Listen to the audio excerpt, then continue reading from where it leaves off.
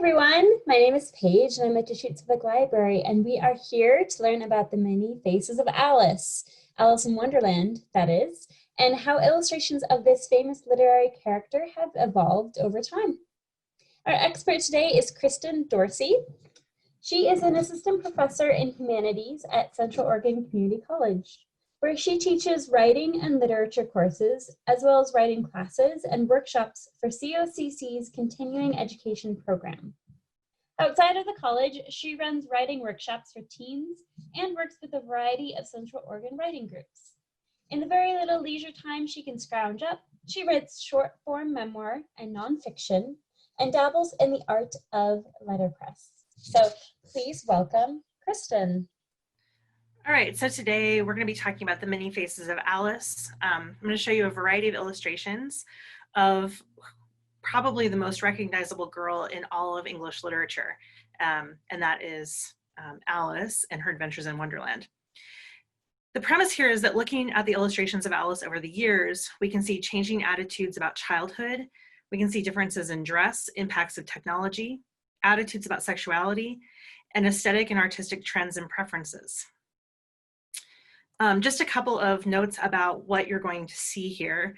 These images mostly do not represent accurate scale, coloration, illustration quality or paper, placement on the page vis-a-vis the text, placement within the volume, saturation, which is illustration to text ratio, or modes of production. So in other words, we're taking these illustrations somewhat out of context. There are going to be a couple of illustrations where you can see the relationship between text and illustration, but mostly these are going to be abstracted from the originals. So I encourage you, if there are any of these that you're especially interested in, to seek them out, because seeing them in their original form is very different from seeing the abstracted pieces that we're going to be looking at today. The story of this book's origins is almost as famous as the story itself. Charles Dodgson, a math instructor at Oxford, and the Reverend Robson Duckworth took out 3 daughters of Henry Liddell, a scholar and administrator at Christ Church, Oxford, for a picnic and row down the Isis River.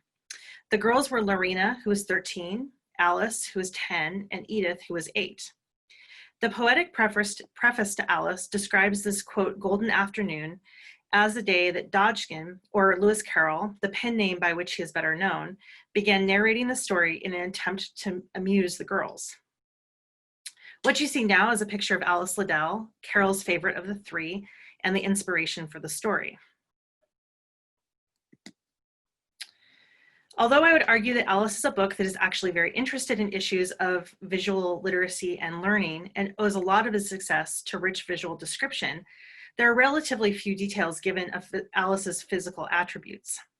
So I've given you some examples. At some point it says, Alice says to herself, "I'm sure I'm not Ada," she said, "for her hair goes in such long ringlets and mine doesn't go in ringlets at all." Alice had no idea what to do, and in despair, she put her hand in her pocket and pulled out a box of comfits. "Your hair wants cutting," said the Hatter. He had been looking at Alice for some time with great curiosity, and this was his first speech. "Why, what are your shoes done with?" said the Gryphon. "I mean, what makes them so shiny?" And finally, first she dreamed about little Alice herself. Once again, the tiny hands were clasped upon her knee, and the bright, eager eyes were looking up into hers. She could hear the very tones of her voice and see that queer little toss of the head to keep her wandering hair that would always get into her eyes. So interestingly, the reader doesn't really know very much about Alice. We know that she's got hair that's straight and too long because it hangs in her eyes. We know she has a pocket in her dress or her pinafore. We know she wears shiny shoes. At one point in the book, Alice loses her body altogether and becomes nothing but a floaty head. The sparseness of the description makes Alice an illustrator's dream in the sense that the illustrator is not much bound to the text. The first printed edition of Alice was Alice's Adventures Underground, a handwritten and hand-drawn version of the story that Carroll had narrated in person and then later added to in letters written to the girls. So it was actually handwritten, hand-lettered by Lewis Carroll, and also hand-drawn by Lewis Carroll. They had enjoyed the story so much that they begged Carroll to produce it in book form, which he did in 1864. This is the opening of chapter 1 from this first version of the text. The illustration on the top right is of Alice and her older sister. Here, Alice bears some relationship to the Alice we saw in the first slide. She's dark-haired and about the same size. But throughout the text, Carol's drawings lack consistency. So while some illustrations look very much like Alice, others don't at all. This could be a function of Carol's lack of artistic ability or his ambivalence about capturing Alice too realistically.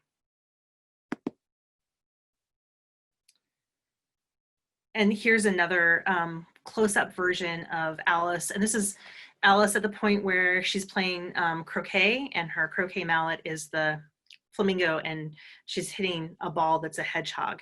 And again, you can see that she's got the very dark hair. She's relatively crudely drawn. And also, what's interesting is her dress, which is very similar to the dress that she eventually shows up in the Tenniel descriptions, except that you can see that she's wearing sort of this wide collar, which is much more like some of the outfits she was wearing in pictures that Lewis Carroll took of her, rather than a little bit more buttoned up version that you'll see in just a moment in the Tenniel drawings. Based on the popularity of the first version, Carroll began working with illustrator and cartoonist John Tenniel on a more polished printed version of the text. Tenniel and Carroll corresponded frequently during the process of producing these illustrations. And from those letters, we know that Carroll actually asked Tenniel to use a different child friend as a model for his Alice. There is some disagreement about whether or not Tenniel took this advice. But certainly Tenniel's Alice is different from Carroll's.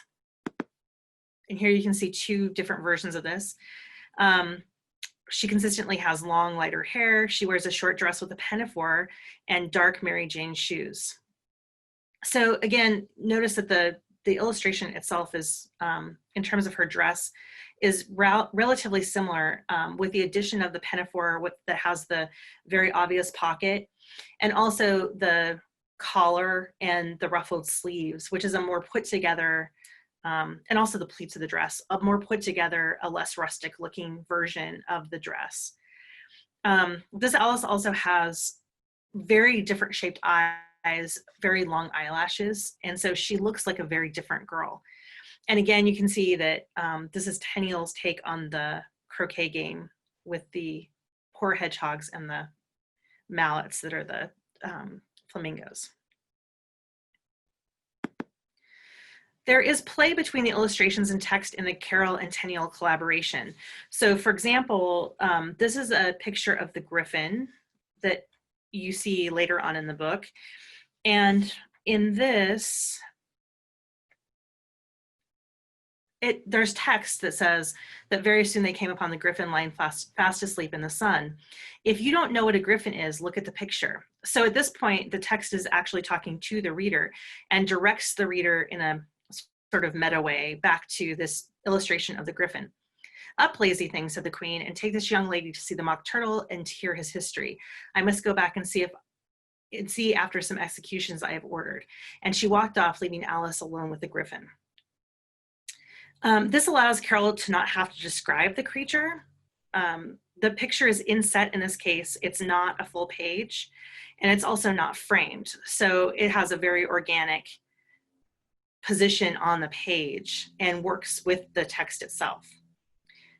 Another description or another example of this, and this is a little bit harder to see, this is the frontispiece for the book. And later on in the book, when Alice is in front of the tribunal, there is a section of text that says, "The judge, by the way, was the king. And as he wore his crown over the wig, look at the frontispiece if you want to see how he did it. He did not look at all comfortable, and it certainly was not becoming." So here it asks the reader to flip back and look at a particular picture. And in a way, it's also acting as a didactic or a teaching tool. It's allowing the reader to understand a part of the book. So it's saying, you know, you are here, you should go to the frontispiece. And of course, if a child doesn't know what a frontispiece is, then there's an opportunity for some learning there. And again, this one's a little bit different than the griffin because it's not so organically placed. This is a full page or almost full page illustration that's also framed. One of the interesting things about the Tenniel version of Alice is that John Tenniel was extremely particular about his illustrations. In fact, he was so particular that they scrapped an entire first edition of the book because he was unhappy with the quality of the engravings. And so most of the quote unquote first editions that we see of Alice's Adventures in Wonderland is actually a second edition, because the first edition was pulled from Macmillan, or Macmillan pulled it from the shelves so that they could replace it with this version. Again, this became a hugely popular book and sold a lot of copies and sold through a couple of editions. And at some point there was a discussion about creating what they called the Nursery Alice. And this was, the idea behind this was to make a version of Alice that was really for younger readers. The Nursery Alice was a little bit different in that it had colored illustrations, and there was much more of a constant interaction between the text and illustration, including opportunity to manipulate the text. So here is the title page of the Nursery Alice, and it actually highlights that there are 20 colored illustrations that Tenniel did. So Tenniel gets a lot of credit on the title page of the Nursery Alice. So to give you an example of what this looks like, first of all, here you see the full color. And this is where the first time that you see that Alice is in color, that the color that's attached to her most often is blue. So here she's got a blue pinafore over kind of an off-white looking dress. She's wearing an Alice band, which is that little band over her head, and blue tights. And this is an example of where the text and the illustration come into contact in a way that starts to actually feel a little bit sickeningly sweet and icky. I'm not a big fan of the Nursery Alice, and so as I start talking about it, I probably sound much more negative about it than I probably should. It goes beyond the scope of the story, and it starts to become intrusive, the illustration and story relationship here. So here you have Alice looking up at the Cheshire Cat, and the text says, "So this time the cat vanished quite slowly, beginning with the tail and ending with a grin. Wasn't that a curious thing, a grin without any cat? Would you like to see one? If you turn up the corner of this leaf, you'll have Alice looking at the grin. And doesn't she look a bit more frightened than when she was looking at the cat? Does she?" So you would actually be able to pull down the corner, and you would see, instead of the cat, you'd still see Alice standing there in the same static position that she's in, but instead of seeing the whole cat, you would just see the cat's grin. So when I say intrusive, what I mean is that the text actually starts to direct the reader to see certain things, to behave with the book in certain ways. And what this does is it makes the Nursery Alice more of a picture book. It also made the book extremely expensive because the addition of color and the fact that there are new illustrations, that the illustrations had to be redone to be done in color, they had to be produced in color, and then the text itself had to change. Everything about this was a more expensive, and it had to be printed on different paper. Everything about this was a more expensive version of Alice, and was given to children usually as gifts, and really for upper middle class children, because they would be the ones, their parents would be the ones that would be able to afford something like this. There's also more white space that's been added here. So there's a lot of white space. The print itself is bigger to accommodate a younger audience. The text is, there's less text, ultimately, a large text, not as much background. And the title page itself was designed and colored as well. So the effect of Tenniel's illustrations is interesting, or the sort of progression of illustrations is interesting. We'll stop and talk about that for a moment. Basically, there's a line of visual influence. So you can see just from the pictures that I've shown already that there was some influence from Lewis Carroll himself in the way that he was conceptualizing of Alice, especially in her dress, to the illustrations that Tenniel did. even though Tenniel really made Alice his own, you can definitely see that there's a relationship between the illustrations, the original illustrations, and the illustrations that Tenniel did. But Tenniel made Alice his own in a way that made it very difficult for other illustrators who came later to break away from Tenniel's style. So a lot of what we're going to look at today are very interesting takes on Tenniel's Alice rather than completely new Alices, although there are a few completely new Alices as well. There's a real tension there between the lack of description in the text and the fact that there's a little bit of a static idea of what Alice should look like. And you'll see that as we kind of start to look at this. So I'm going to start by showing you, rather than doing this chronologically, I'm going to start by showing you some of the young looking Alices. One of the very interesting things about the illustrations for this book is that Alice is shown at many different ages. And those illustrations that show her at a younger age kind of are radically different than the ones that show her at an older age. And one of the things that's very interesting is that depending on what version you see first, I think that that tends to color the age at which Alice, you expect Alice to be in the story. So I've had students, for example, who have seen one of the younger Alices, or their first experience was with one of the younger Alices, and they tend to think of her as very young, 5 or 6, whereas the Tenniel Alice probably looks more like 9-ish or 10, and you'll see in a few minutes that there are some Alices that look quite a bit older than that. So that does change the text in a sense. So if you're talking about very young Alices, Wonderland is sort of a scary place because she's there alone. She's unchaperoned, she is wandering through trying to find her way home, and is very young to be out in the wilderness, so to speak, like this. In the older Alices, that feels different, and she feels more commanding or more of a master of her environment. So let's look at some examples of the young Alices. So here are 2 different Alices that are on either side of the 21st century or the 20th century.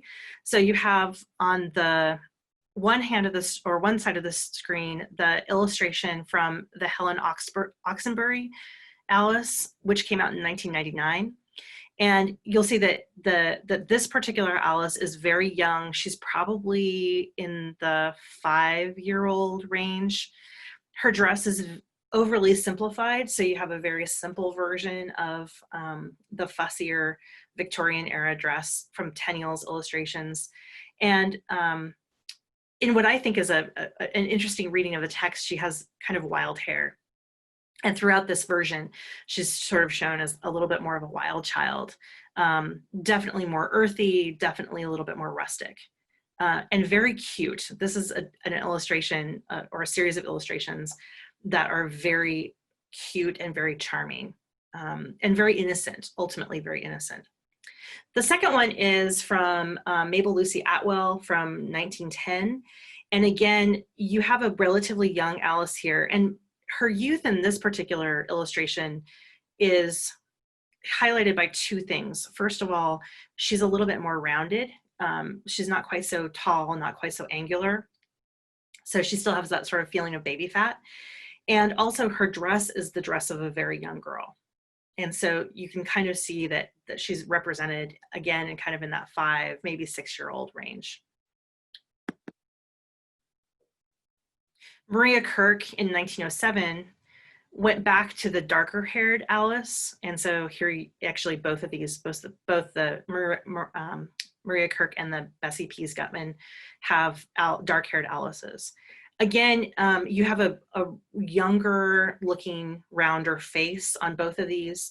In fact, the Gutman illustration, she's got very chubby, sort of like chipmunk cheeks, and she's dressed all in white. And so this is a very young version. The Maria Kirk is also a younger version. She has a more simple half pinafore as opposed to the full pinafore. And in both of these cases, you see that sort of rounded feel again, both to face and body. So that's one end of the spectrum. The other end of the spectrum is older and, I dare say, in some cases, sexier Alices. And these are Alices that are probably informed somewhat by the rumors and the innuendo that there is surrounding Lewis Carroll and his relationships with children, which I probably should stop and comment on before we look at these pictures. It is true that Lewis Carroll probably had a level of comfort and a level of interest in young girls that most of us would be slightly uncomfortable with. However, there is absolutely no evidence that he was ever inappropriate with any children, and definitely young children. And there is a suggestion that part of his comfort with young children had to do with the fact that he was painfully shy and had a stutter. And that seemed to go away when he was with kids. He didn't worry so much and was less likely to exhibit that shyness and also the stutter, which really plagued him for his entire life. Part of the reason that we know that he was not inappropriate is because he did take a lot of pictures of young children, especially girls, and often young children or girls in costume. However, it's very clear from all of the documentary evidence that we have that when he was doing that, he was extremely careful to always have the permission of the parents. The mothers were always present. In other words, those children were not alone with him in those situations. And the mothers did all of the dressing and undressing of those children into costumes. So whether or not he had an attraction to very young children is one question. And that's something that we can't possibly know for sure, although he did seem to be very comfortable with them. Whether he acted upon that, it seems to be very clear that he did not act upon that, which is more than we can say for other Victorians. For example, John Ruskin, who we know did act on those impulses. So he was a man of great integrity, and he was a God-fearing man. And so he was in all ways appropriate with these children. However, there is this sort of specter of pedophilia that hangs over Lewis Carroll, I think. And it's my belief that some of these illustrations are probably informed by that. So let's take a look at some of those. The first one is a mid-century version of Alice that was illustrated by Mervyn Peake, who is not very well known in the United States, but is extremely well known in the UK. He wrote a very famous science fiction or fantasy trilogy called the Gormenghast novels, which are widely read in England or in Britain, and not widely read in the US. Those are also books that he illustrated himself. The Mervyn Peake Alice is older. She seems probably prepubescent. And one of the things that's interesting about Mervyn Peake's illustrations is that you often see Alice in very kind of curvy sorts of positioning. So this is one of my favorites. She's on the ground. You can definitely see that there's sort of a curve to her body, which is somewhat sensual. And she's also sort of gnawing on one of her fingers. And she's got her hair in her eyes, which is an interesting connection to the text, right? Because the text tells us that she often has her hair in her eyes. But in this case, that looks sort of like a little bit more come hither, a little bit more sexually aware, probably because of the positioning of her body and the positioning of her hands. I believe that all of the illustrations that Mervyn Peake did were these sort of pen and ink illustrations, no color, and they're really beautiful, especially what he captures in her eyes across here. This is the one where I show it to students and they gasp. This is a Henry Furness illustration that comes from the 1920s. And I think that what's shocking about this one is that this Alice clearly has curves. She's not prepubescent, she's post-pubescent. She has very clear hips. And there's even in this picture a suggestion that she's got breasts. And the position that she's in, first of all, with the hip cocked and then also the hands behind her head, the sort of like wantonly loose hair, the way that she's looking up at the cat. Although we can't see her face, it's very difficult to look at this and not imagine that she's sort of flirting with the Cheshire Cat, because her positioning, her body positioning is very, very flirtatious. Again, I always think this is really interesting to show this to students because they're pretty shocked when they see it.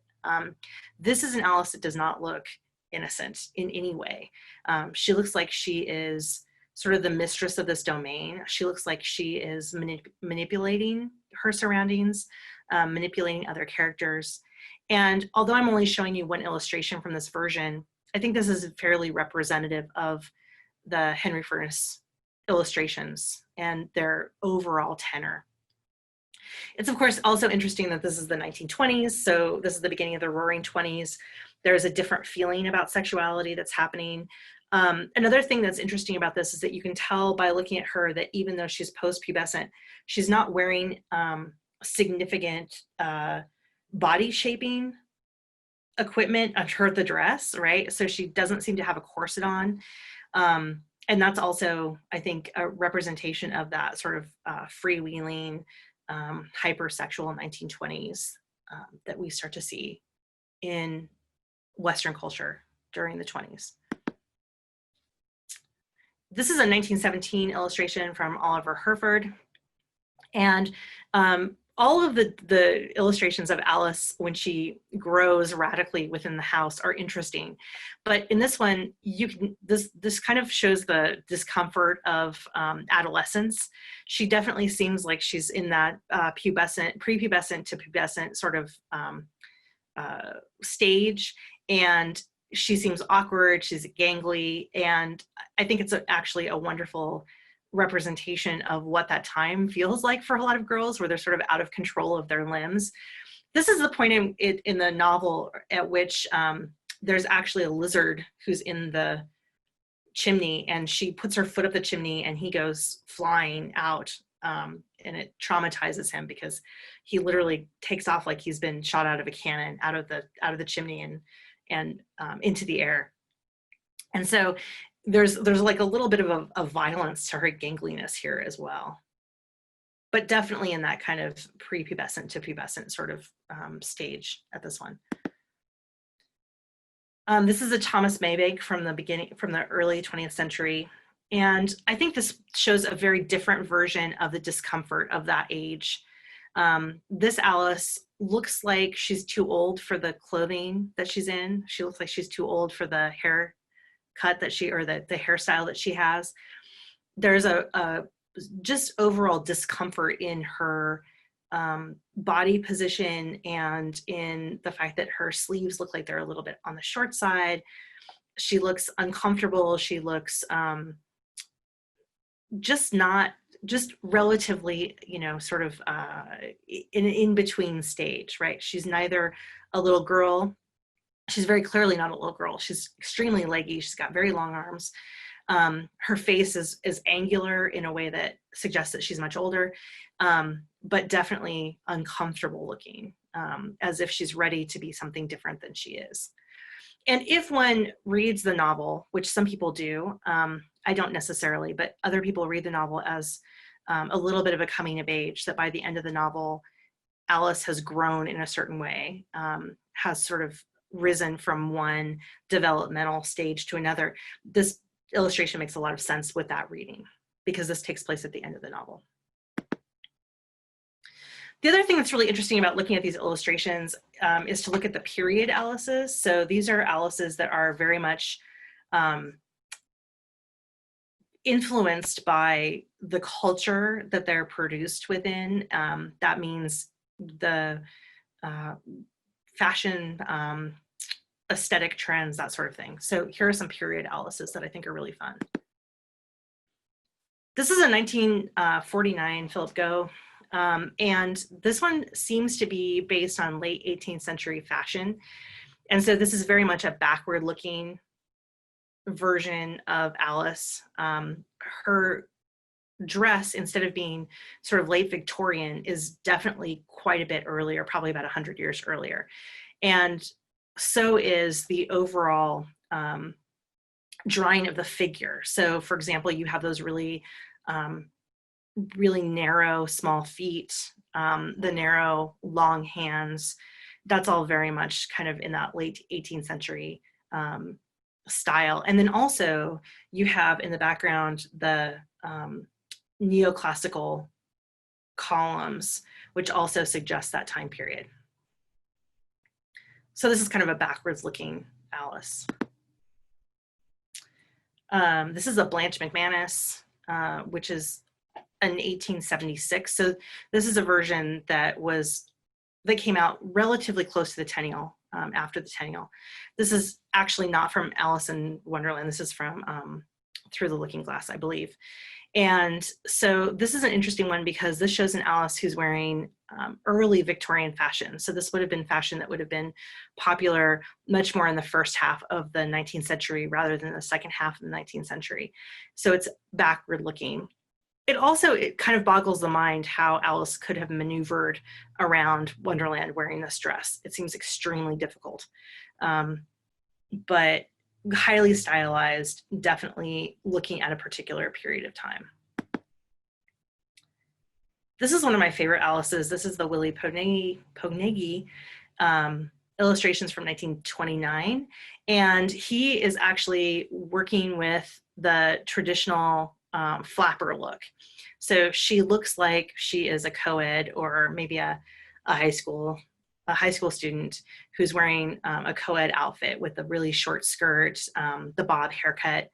And so this is very much an Alice that's stepping out of her own time period.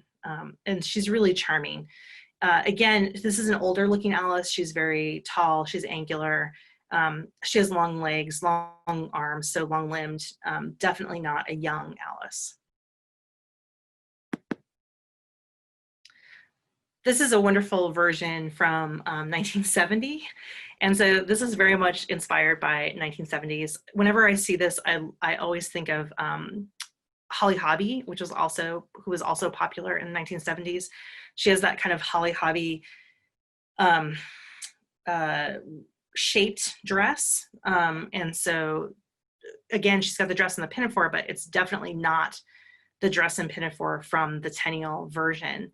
Her hair is kind of back up in a little bit more of like a ponytail as opposed to in an Alice band, down in an Alice band. And the colors clearly are very 1970s inspired. And the rest of the characters are also late 1960s, early 1970s inspired. So for example, this looks like something like some of the characters from Yellow Submarine. It has that same kind of feel to it. Different color palette, but definitely the same sort of feel to it. So these are just other Alices of note. I say well-known and often reprinted illustrated versions. And some of these are very fun. So for example, this is the Peter Newell from 1901. And one of the things that's interesting about Peter Newell is that he's one of several artists that we're about to look at who are playing with perspective and are very clearly being influenced by the technology of the camera.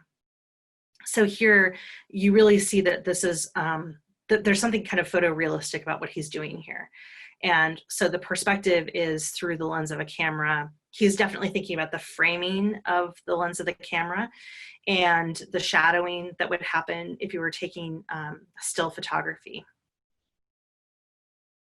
And this Alice, interestingly also, this Alice is more realistic looking than most of the other Alices. She's got less of an illustrated or a cartoon look to her. She's got more of a real girl look to her. This is the Charles Robinson from 1907, which is another one of my very favorites because Robinson was definitely using the photographs of Alice Liddell when he was coming up with his Alice. She has the bangs that are cut straight across the forehead. Her hair is very dark. This is also in general a very dark version of Alice in Wonderland. There's very little whimsy. There's a lot of dark night of the soul kind of feeling to the illustrations. And I think that part of that is that it's a very post-Freudian kind of look at Alice. And so this is when she's in the pool of tears. And so it's a particularly dark version. And one of the things I love about this illustration is the way that she has the reflection in the pool. And so there's a depth to this particular illustration I think is really interesting. The Arthur Rackham is probably, if you're familiar with any illustrations of Alice besides Tenniel, then you're probably familiar with the Arthur Rackham. Rackham also illustrated most of the fairy tales. He illustrated, I believe he illustrated Irving's American Tales. So he was somebody who was doing a lot of illustration of other people's texts. His Alice is, again, much more realistic looking. She's older. She's kind of probably in that 12 to 13-year-old range. She's very willowy. She has that sort of early 20th century aesthetic of the tall, pale, willowy kind of beauty. One of the things that's wonderful about Rackham's illustrations is how much you see movement happening, and this is one of my favorites. This is from the very end of the novel, and you see the movement of the cards, and you also see Alice really reacting to what's happening in her environment. This is a Thomas Robinson, and this is a fun one if you can ever find a copy of this version. It's really fun because Robinson is playing with perspective, and so it's almost a little bit on the avant-garde in terms of, or almost heading towards surrealism, just in terms of things like the disproportionate background and foreground. Here you have Alice, there are several places where Alice has a very dysmorphic body shape, which is very interesting. And some of that is sort of related to the text, but some of it is also just Robinson playing with the figure of Alice a little bit. And then you see next to that D.R. Sexton, and this is from 1933. I would argue that this is one of the illustrators who's really being influenced by early motion picture. And I say that because so many of the illustrations in this particular version are what look to me like moving picture camera shots. And so this one, for example, is the close-up of Alice's face. And again, very much stylized, very much, she looks very 1930s. She's got a 1930s haircut. She's got the big eyes, and also the overly emphasized, probably red lips. And so again, very much a representative of her time period and of what is feminine and what is beautiful in that time period, but also representative of how artists are starting to be influenced and are really thinking about motion picture and the framing of visual items within the motion picture camera. This is the very beautiful Elizabeth Serger version from 1999. And I'm going to ask you to think back for a moment and remember that the Helen Oxenbury, which was the kind of wild child in the plane shift, the very cute little girl Alice from before, these two versions came out in the same year, which is super interesting because they show very, very different versions. Elizabeth Serger has a little bit more of a realism, but a realism that often takes on shapes that are influenced by surrealist art. And her color saturation is amazing. They're incredibly, incredibly beautiful illustrations. And I think also one of the things is that her Alice is almost studious. I don't know if you can tell, but she's wearing a vest and like a little collared shirt. And her hair is sort of swept up in this very conservative hairdo. And she's a very introspective, a very quiet Alice, as opposed to Oxenbury's Alice, who is wild and exuberant and very young. There's also some great postmodern Alices. So a lot of people don't know that Salvador Dali actually did a version of Alice that was produced in 1969. There are a bunch of these that are floating around the world. And so if you ever want to see a copy of this, that's possible. It's possible to see one of the original. I think that there was a print run of 2,000 of these. In fact, Portland State University, their rare book library has one. And this is an interesting, it's an interesting thing because it's not really a book. It's not a codex. It's a box. And the illustrations are actually individual sheaves that are in the box and with the text. one of the things that is not surprising, but is very interesting, is that Alice is often very difficult to find in the illustrations. And so in this one, in the Frontispiece, she's very obvious, but in some of these other ones, you have to look really hard to find her. So this is Alice right here. And she's often represented as if she's jumping rope, which is very odd. And you get some of that sort of traditional Dali imagery, like the melted clock here at the Mad Tea Party. So very interesting, really beautiful. I believe that he reproduced these with lithography. And again, if you ever get a chance to see these, they're pretty phenomenal. If somebody doesn't tell you that it's Alice in Wonderland, it can be extremely difficult to identify it as Alice, but it's such a different version. And also I love the fact that Dali is completely breaking free of Tenniel. There's nothing here that is influenced by Tenniel, right? Alice, this is Dali's Alice, who is completely different. And so the way that he was able to move away from that really iconic version of Alice is interesting to me. The Morel, the 1999 Morel is, I don't know if you can tell, but it's actually photography that has these cutouts that are the Tenniel illustrations. And so these are actually 3D representations. And this is a beautiful edition. It's super interesting to look at. It definitely is playing with sort of meta ideas about the text and the way that these characters are moving through. It's highlighting the fantasy portion of the novel. It's highlighting the fact that this is high fiction, and because you have the juxtaposition of the illustrated characters, the fantasy characters, with very real backgrounds, with very realistic backgrounds, photo backgrounds. And it's really beautiful representation. The other one is a 1973 from Ralph Steadman. And he was, of course, a pretty famous cartoonist, and did a lot of even like semi-erotic illustration. And his Alice is just really fun. It kind of capitalizes on the humor of situations. And so, for example, this is one of my favorite illustrations from that version. It's the Cheshire Cat and Alice. And remember, we looked at this before with the Henry Furness, and how different the feel here is. That it's so much more about humor. It's so much more about the Cheshire Cat himself as a character, as opposed to Alice, who's very small and kind of pretty insignificant in what's happening in the illustration. And this is Jeff Fischer, who again is pretty heavily influenced by surrealism. And this is, I think it's sort of a really wonderful, very different kind of version of who Alice is, but he's channeling Dali and other surrealists who are really playing with figure and things that are representational and yet not particularly realistic.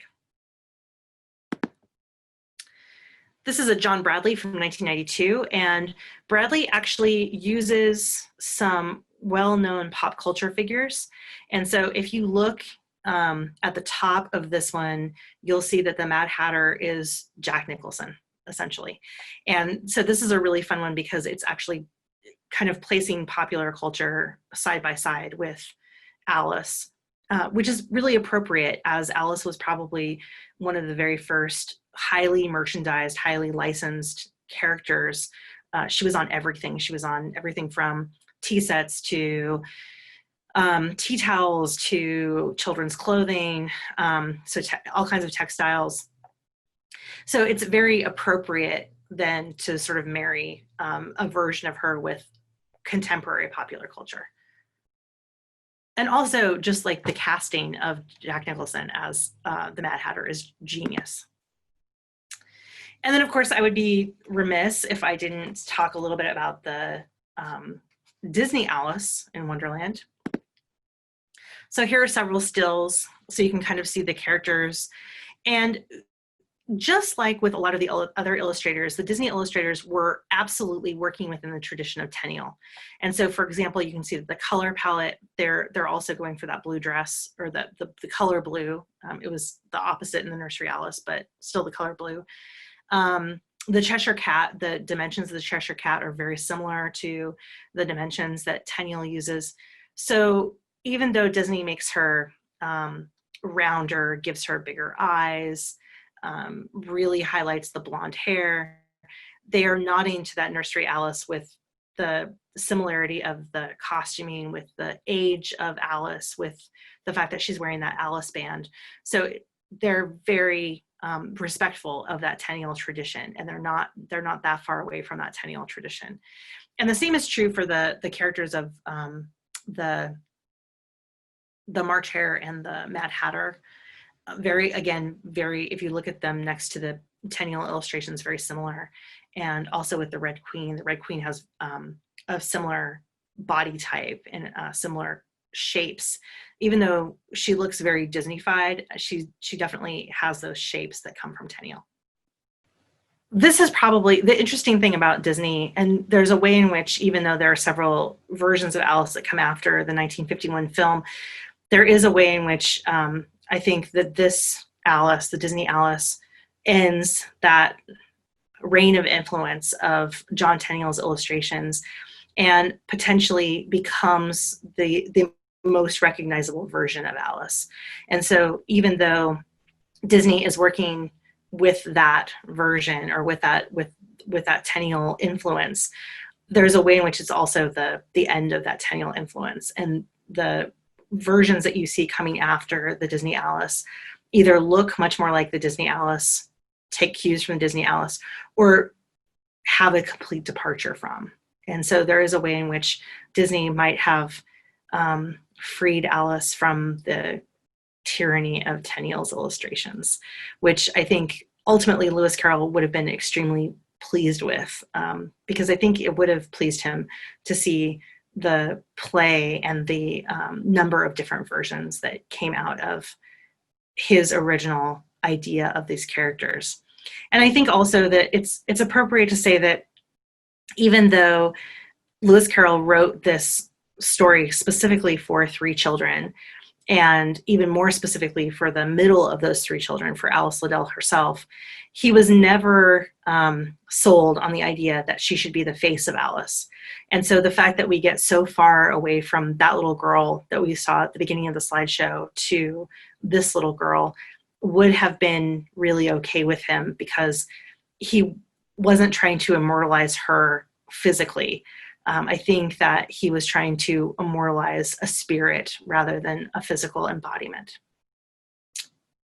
So I hope that you enjoyed the illustrations, which I can take no credit for, because I am not the great illustrator that these other illustrators are. But you can tell in looking at their representations that this is fun material for artists. It's fun material for illustrators. And certainly we're lucky to be given sort of this feast for the eyes that has been the legacy of Alice in Wonderland. Great. Thank you everyone so much for joining us today. And thank you, Kristen, for that fabulous examination of such a well-known character. As always, if you're interested in learning more about Alice in Wonderland or Lewis and Carroll, you can find a bunch of materials at your Deschutes Public Library. We hope that you will join us again for one of our other great online programs. Check out July and August for our Summer with the Library programming, all of it virtual, and we hope that we will be able to see you again soon. Thanks, everyone.